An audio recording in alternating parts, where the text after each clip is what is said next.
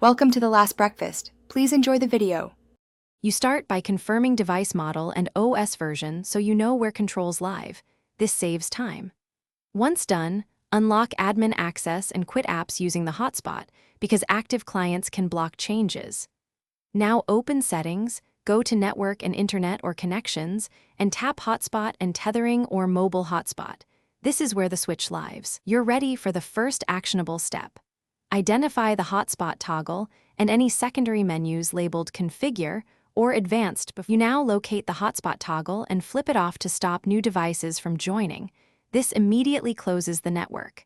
If the toggle is grayed out, open Configure or Advanced and disable SSID broadcast, or switch the band to a reserved state.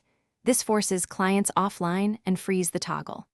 Make sure to revoke tethering permissions for any apps or work profiles that can re-enable the hotspot.